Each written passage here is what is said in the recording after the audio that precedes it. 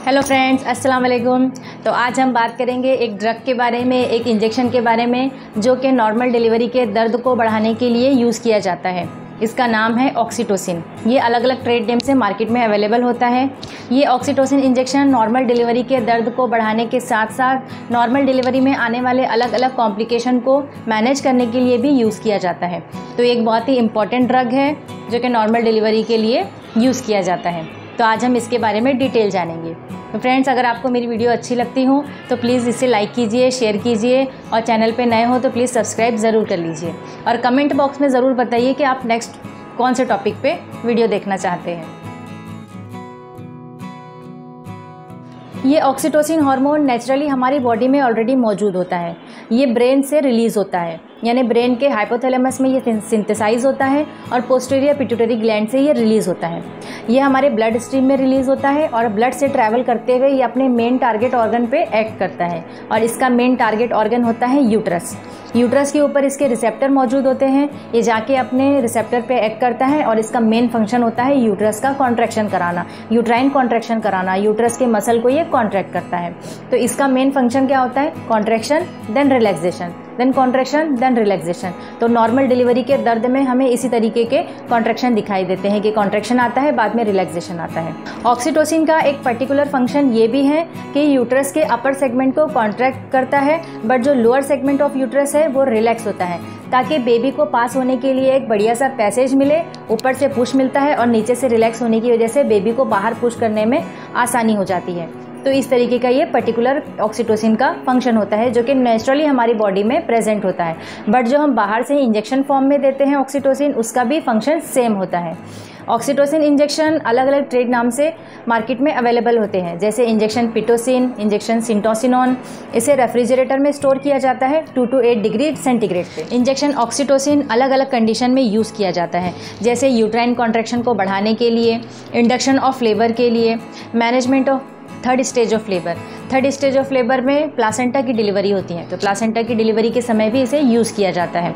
Management of postpartum haemorrhage, यानी delivery के बाद या प्लासेंटा की डिलीवरी के बाद हैवी ब्लीडिंग को कंट्रोल करने के लिए भी इसका यूज़ किया जाता है। और एबॉर्शन के बाद या सक्शन इवैक्यूएशन के बाद जो ब्लीडिंग होती है उसे कंट्रोल करने के लिए भी इसका यूज़ किया जाता है। तो ऑक्सीटोसिन का मेन और बेसिक फंक्शन हुआ यूट्राइन कॉन्ट्रैक्शन कराना, क्योंकि इन सभी कंडीशन में यूट्रस का कॉन्ट्रैक्शन हो रहा है। यूट्राइन कॉन्ट्रैक्शन हो रहा है तभी लेबर इंड्यूस हो रहा है, यूट्राइन कॉन्ट्रैक्शन हो रहा है तभी ब्लीडिंग कंट्रोल हो रही है। तो इसका बेसिक मेन फंक्शन हुआ यूट्राइन कॉन्ट्रैक्शन। बट इन सभी कंडीशन में इसके डोज अलग अलग होते हैं। जैसे इंडक्शन ऑफ लेबर में इसे डायल्यूटेड फॉर्म में यूज़ किया जाता है।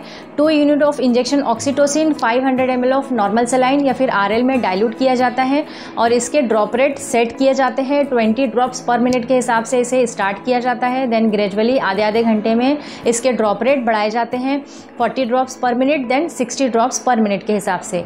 देन इसका डाइल्यूशन भी ग्रेजुअली बढ़ाया जाता है 2 यूनिट से 4 unit, then 8 unit, depending upon कि कॉन्ट्रैक्शन का इंटेंसिटी क्या है, कॉन्ट्रैक्शन का ड्यूरेशन क्या है, डायलेटेशन एंड इन्फेसमेंट कितना हो रहा है, लेबर किस तरीके से प्रोग्रेस हो रहा है, उसके हिसाब से ही इसके डोज बढ़ाए जाते हैं।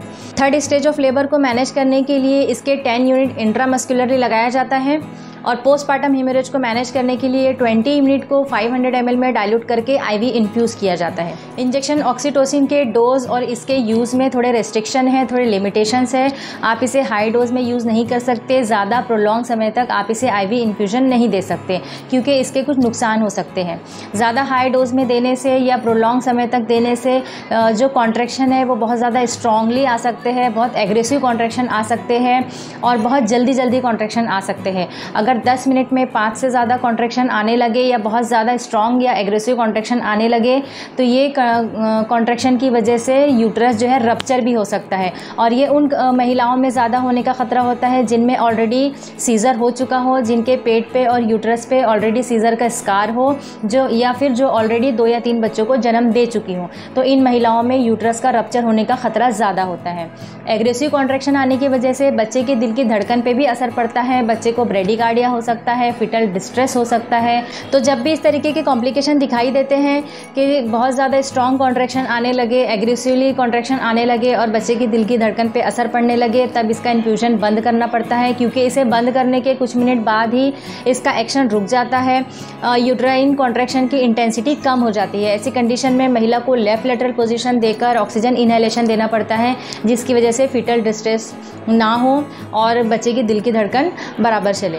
इसीलिए इसे हाई डोज में यूज़ नहीं किया जाता, बहुत प्रोलॉन्ग ड्यूरेशन तक इसे यूज़ नहीं किया जाता, इसके लिमिटेशंस होते हैं। यूट्राइन कॉन्ट्रैक्शन के इंटेंसिटी के हिसाब से इंजेक्शन पिटोसिन का जो ड्रॉप रेट है वो कम या ज़्यादा किया जा सकता है। इंजेक्शन ऑक्सीटोसिन के प्रोलॉन्ग इन्फ्यूजन की वजह से वाटर रिटेंशन हो सकता है, इलेक्ट्रोलाइट इम्बैलेंस हो सकता है और पल्मोनरी एडिमा भी हो सकता है। तो ये सारे कॉम्प्लिकेशन देखे जा सकते हैं। और आईवी बोलस देने की वजह से यानी डायरेक्ट इंजेक्शन आईवी देने की वजह से सडन हाइपोटेंशन भी हो सकता है। तो इसलिए इस इंजेक्शन को डायरेक्ट आईवी नहीं दिया जाता, इसे डाइल्यूटेड फॉर्म में ही दिया जाता है और लो डोज में स्टार्ट किया जाता है। तो आपके डॉक्टर को ये अच्छी तरह पता होता है कि आपको डिलीवरी के लिए एडमिट करने के बाद दर्द बढ़ाने की ये इंजेक्शन आपको कब लगने हैं और कितने लंबे ड्यूरेशन के लिए लगने हैं। इस इंजेक्शन के साथ साथ आपको कोई कॉम्प्लिकेशन तो नहीं हो रहा है, आपका लेबर प्रॉपरली प्रोग्रेस हो रहा है या नहीं, सर्विक्स डायलेट हो रही है या नहीं, बच्चा नीचे आ रहा है या नहीं आ रहा है, बच्चे ने मेकोनियम तो यानी मोशन तो पास नहीं कर दिया, या बच्चे की दिल की धड़कन ठीक चल रही है या नहीं चल रही है, इन सारी चीज़ों पे ध्यान रखा जाता है। अगर इस तरीके के कोई कॉम्प्लिकेशन दिखाई दिए या नॉर्मल डिलीवरी के लिए कंडीशन फेवरेबल ना हो तो ये दर्द के इंजेक्शन बंद कर दिए जाते हैं और सिजेरियन सेक्शन का डिसीजन लिया जाता है। तो इन कॉम्प्लिकेशन को नज़र में रखते हुए अगर आपके डॉक्टर ये डिसीजन ले कि इमरजेंसी में सिजेरियन करना पड़ेगा तो आप उनके डिसीजन की रिस्पेक्ट कीजिए और इस डिसीजन में एग्री कीजिए, क्योंकि इसी में माँ और बच्चे की भलाई हो सकती है। उम्मीद करती हूँ इंजेक्शन ऑक्सीटोसिन के बारे में आपको सारी बातें अच्छी तरीके से समझ आई होगी, और अगर ये आपके लिए फ़ायदेमंद हो तो प्लीज़ लाइक कीजिए, शेयर कीजिए और चैनल को सब्सक्राइब ज़रूर कीजिए। Thank you.